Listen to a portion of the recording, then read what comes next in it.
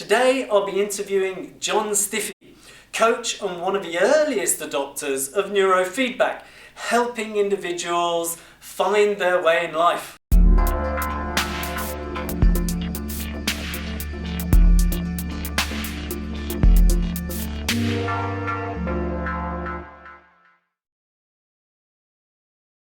John, thank you so much for being here today. I've known you over the years. You were one of the very first leaders when it came to topics like biofeedback, neurofeedback, coaching and helping people through dark times. I'm fascinated by your story. Tell me a little bit about the story and the journey and how you've become, over the last few years, focused on a way of living. Yeah, it's quite the story now. I'm 69, so what's happening now? I'm kind of thinking back on the past, doing a little bit of writing, and I guess what I've recently discovered that it's time that I talk about my story openly, so that people can identify and it can help them in the long run. So I was, I'm 70, so I was a hippie back in the old days, and the interesting thing was, when I was a teenager, I was doing some drinking, I was doing some drugs, some marijuana and stuff like that. And then one day I woke up and I was sitting on the edge of the bed and I said to myself, if I continue on like this, when I'm 27, I'm going to have nothing. And my friends who decided to do something will have something. And I said, no, I want to do something. I want to make a change. So what I did was I went back home into Canada, got into university, but I was still having my drinking problem and not doing so well. So I went back home after a year or so, and my mother was also an alcoholic, and she quit drinking, and she helped me get into a treatment center. And then I got in the treatment center and quit the drinking, and they suggested at the time, John, why don't you become a therapist? You're good at what you do. And of course, I had a background of business. So of course, I didn't listen. So I went back home and I got into, I got my university degree. I went back and got into business. And eventually, getting into business, I eventually started to drink again. Now, I wasn't a 7 days a week, 24 hours a day drinker. Sometimes a binge drinker, drinking on the weekends, but it was how it affected me, how it affected my personality and so on, and my emotions. But anyways, I continued on, and then I met my wife and in Toronto, and we got married. I came back home, and then when I was about 40, my drinking had increased because what happened was I'd quit smoking. And then I had to do a lot of events. So I would go to the events and I'd be going, what am I going to do? I want to have a cigarette. So I started doing more of this. So we had decided, well, we're going to move back to Switzerland where my wife was from. And we came back. And then I was back here for a couple years and not knowing what to do and so on, and not really in a good state. And then my mother came to visit, and my mother said to me, and she said, John, I want to go back home. I want to leave, because she says, you are threatening my sobriety. Now, she didn't do it for me, she did it for herself. But it had an effect on me. It made me think. I got rejected from my mother. And then a couple of days, or sometime later, I had a big fight with my wife, and I said, oh, God, I don't want to lose my family. And then one day, I was walking up a little hill before our house, and I said, you know what? All I want is peace of mind. And that was the beginning of the journey. I was highly motivated, walking, listening to self-help discs and stuff, but I worked at it. And then it was interesting. I got into a thing called neurofeedback a few years later, because I knew somebody who was close to me, and they had some concentration problems. They were on the medication Ritalin, and they said, I want to get off it. And so I happened to read about the neurofeedback, and it was amazing. Also, my wife had been seeing a therapist, and the therapist said, you know so much about this ADD stuff. Why don't you get into the field? So with this person saying that, and then it all came together, and I happened to read a magazine article in Psychology Today about neurofeedback. And then what happened was I went down to New Orleans. Now, what happened was I'd been suffering from stress. Yeah. And so I went down to this, and we had a course, a workshop, and then during one of the things we did training ourselves. Well, I'd had all the stress on that, and I went back to my hotel room, sat down, and I happened to look at the TV before we go for dinner, and I happened to turn my neck. There was nothing. Whoa. Now, I had been seeing therapists and massage and all that stuff, right? And then we had to go for dinner, for seafood. We had to wait in the restaurant. I walked around. I was relaxed, like I'd smoked a joint. So what I did was, next day I wrote a check, bought the equipment, and that was my journey into the neurofeedback world. Yeah. If I go through my past, one of the most important things was when I first went into to get the help for the alcohol, it was, the motivation was extrinsic. You know, I'm going to be successful. I want all this. The second time around was intrinsic. That's one thing I realized. It was an inside motivation. That this is what I want to do. I want to do something for myself. I want peace of mind. That's it. I wasn't looking for, of course, the other motivations. I didn't want to lose my family. It was a great motivation. But I wanted peace of mind. That was the key. Then I got into neurofeedback. So, you know, your journey is incredible because you've had the experience and you've overcome those dark times yourself. Yes. And then use that experience to learn about how to also then help others through their dark times. Why is that so important for other people? You know, why and what kind of help are you giving to other people now? Well, like as I said, I got into the neurofeedback, and one of the things with the neurofeedback, the key was self-regulation. And I was working hard at trying to let go. I tell you, I wanted to figure this out. Let go. I've got to let go. And then when I did the neurofeedback, and I did a thing called alpha theta training. And what happened was, it's an indication that you go back, you lay back, and it'll indicate when you're in different states. And there's what we call an alpha state, and then a theta state. When you're in theta, then you're in a lower state. And so I'm doing this thing, somebody's working with me on it, and so I'm listening, and it's indicated by sound of water on a creek or water on, or waves on a beach. Those were the two indicators, and the water's on the beach is when you're low. So I get this sound, and I'm laying back, I get the sound of the water on the beach. And I say to myself, oh, this is where I am, this is where I'm supposed to be. And boom, I'm out of it. And I got the message. I got the idea of letting go, to stop trying to control. And I had to let go. And this has been my journey now. That's been the whole journey all the way through. And there's a major problem today is people have so much anxiety. Anxiety is about control. I have to. And they force it. That's the way I was. That was my life. I was always trying to control and force myself. And I realized the first half of my life was full of fear. Mm-hmm. Right? I was so afraid of what people were thinking. I had to have the best clothes, the best dishes. And now I think one of the biggest messages that I can have is, and I have it on my WhatsApp, a picture of a person going like this and the chains are broken. Yeah. And that's the message is now the chains are broken.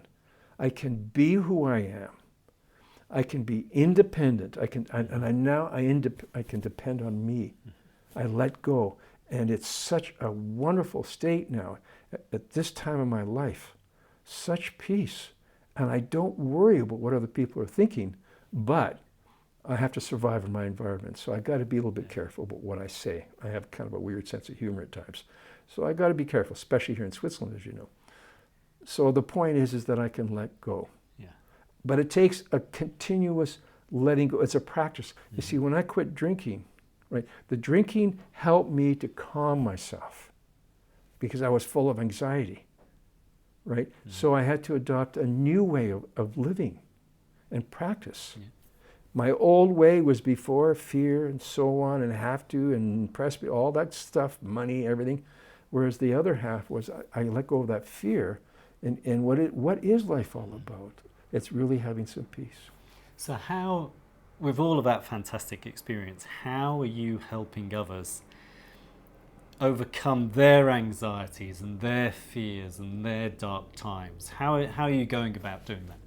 Well, one of the things that I learned, I got into working in, I had my own practice. I worked for a psychiatrist. I worked in the field. And what I found in my work with the neurofeedback, one of the keys was also talking about my experiences. And because if you go to some places, you just talk. And also a lot of people don't have experience. They have a lot of book knowledge. But my experience I found, and one psychiatrist told me one day, he says, "John, you can't talk about your experiences." I didn't listen to him because I realized that talking about my experience and bringing myself down to their level, okay, and that's why, and with the neurofeedback, I did a lot of neurofeedback, and I still do. I do it on myself. What it did is it helped me to understand what they were going through, what they were experiencing. And what I also did in my training was I had to observe how they were acting. So if somebody was sitting going like this, you know that there was a lot of stuff going on, and I would and so I could respond and understand what they were going through. So the thing is right now is just how do I help people right now is I think one of the things is I talk a lot, and often my wife says too much, but I will talk, and I talk about my personal experiences, bring myself down to them, and it helps this way. So I had to find out what is my purpose in living, and I realized, and some other people have suggested write a book. So yes, what is the book? So if I can even go back even further, but one thing I was sitting down a few years ago, and I said, okay, what's my purpose? And I said, okay, I realized that with the neurofeedback, I could put people in a state, and they would feel, oh, great. But they would go back out, and especially I worked with children. And the children would come to me, I would calm them down, and then I would send them back home to that crazy atmosphere, which would bring them back to that state again. And it was very defeating. So what I had to do was I realized is that the second process, which people don't realize, is that they have to learn, what do I need to do? And it was about self-regulation, independence. What do I need to do to keep myself in those states? We can become dependent on the neurofeedback, and I can make the money and stuff like that. And I often tell people that my success is when you don't have to come back and see me anymore. And that's a great success. And maybe building then on successes, what would you say over the last 5 or so years have been your greatest personal successes? Well, I need to tell you is it's interesting during these past couple of years with the pandemic. I've had some people call me, send me messages and saying, thank you. You helped change my life. And it was interesting, even though it wasn't. I also I have been doing an entrepreneurs group every Tuesday morning. And in that group, I told people I wouldn't allow them to sell or promote their products. What they would do is we would go in and talk and share. And about the trials and tribulations about being an entrepreneur, which is basically how to be life. And then I ran into a guy a couple of weeks ago up at a market, and we're walking by. All of a sudden he said, John Styffe? And I said, yeah. He took off his hat and stuff, and his name was Stefan Schaffhausen, and he was really a young fellow. He said, John, you helped me so much. What you did, that meeting. And you know what? After it was such a phenomenal feeling that I had an effect, that I had done something in life. Not just making money or having a nice car. It was, I really had an effect. That's what you might call success. And it's been that I've had an effect. It's a great reward when you get people come back to you and really say, thank you so much, you've changed my life for the better. Right? It's super, super rewarding. I think that's often what drives some of the best coaches, the best neurofeedback coaches, etc. Often seeing the results and getting that feedback firsthand. So I know one of the topics you're passionate about is people helping each other. So explain that a little bit to me. What do you mean by that? Well, what I call is I call it support and encouragement. So you support your people. So especially within my family, you support them, and then to encourage people All right. So one of the first things that when I got into the neurofeedback, okay, was that I had a son who was a little bit messy and so on. And so I was doing a lot of controlling, telling him what to do, clean up, do this, do that. And then after I got on the neurofeedback, I had an awakening. And I realized he wasn't the problem, I was. So what I had to learn to do was to let go. I had to learn about him. I had to learn what motivates him. And that he was different. He had a sister. They were different, both of them. So what I needed to do was support and encourage him.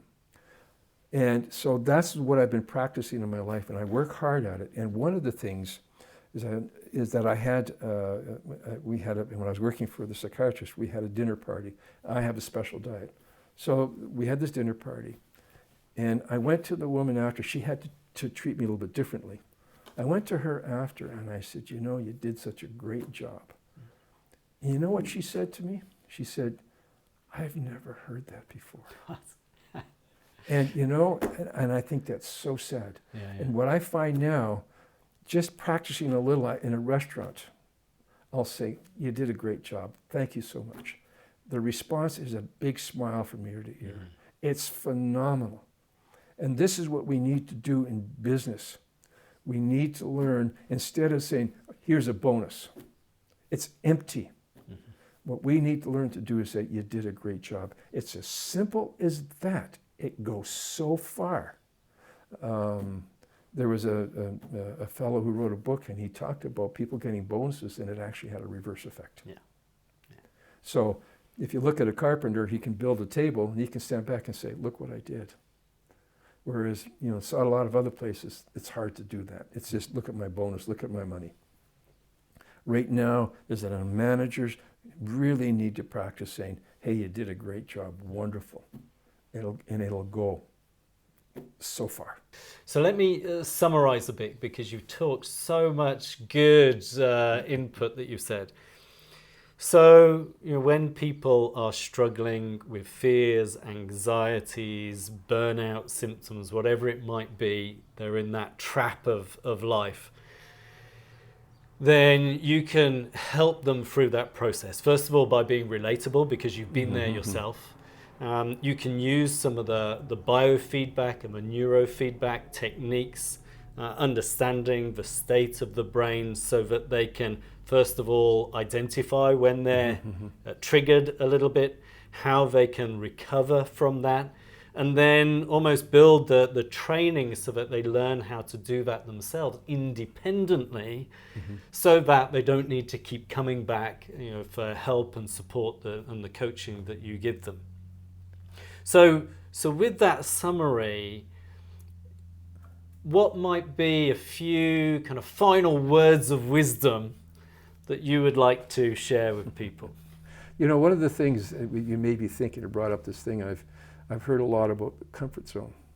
And people have been saying, oh, he's in his comfort zone.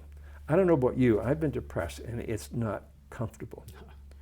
The whole point is that you can become stuck, okay? And the harder you try, the more stuck you are. And this is what the neurofeedback is wonderful about. Okay, it helps you to become unstuck. And the whole neuroscience field now is not about judgment of personality, of how good you are or you're bad or whatever. What it is that we can see how our brains function. And that we can affect how that brain functions. And it can change.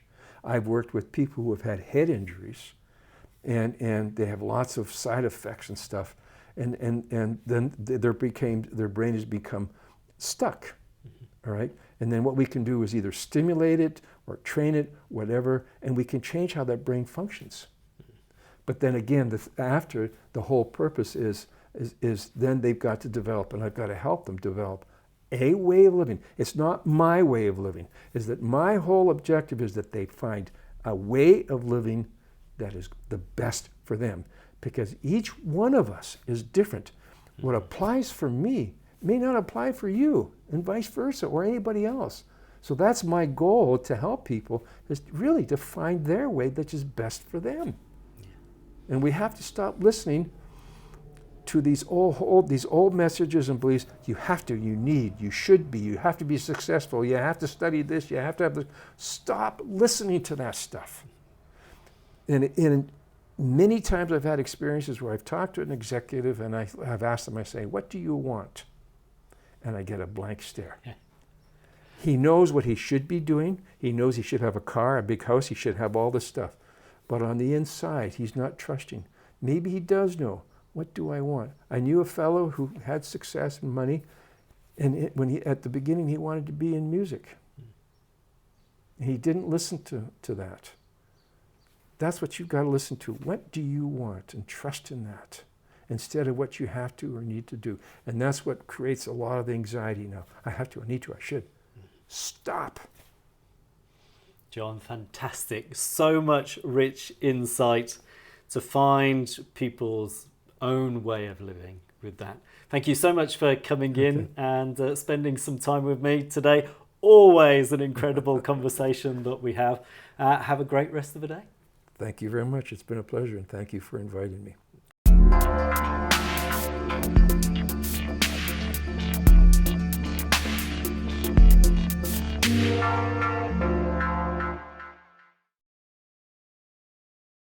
You were on fire at the end of that. That was amazing.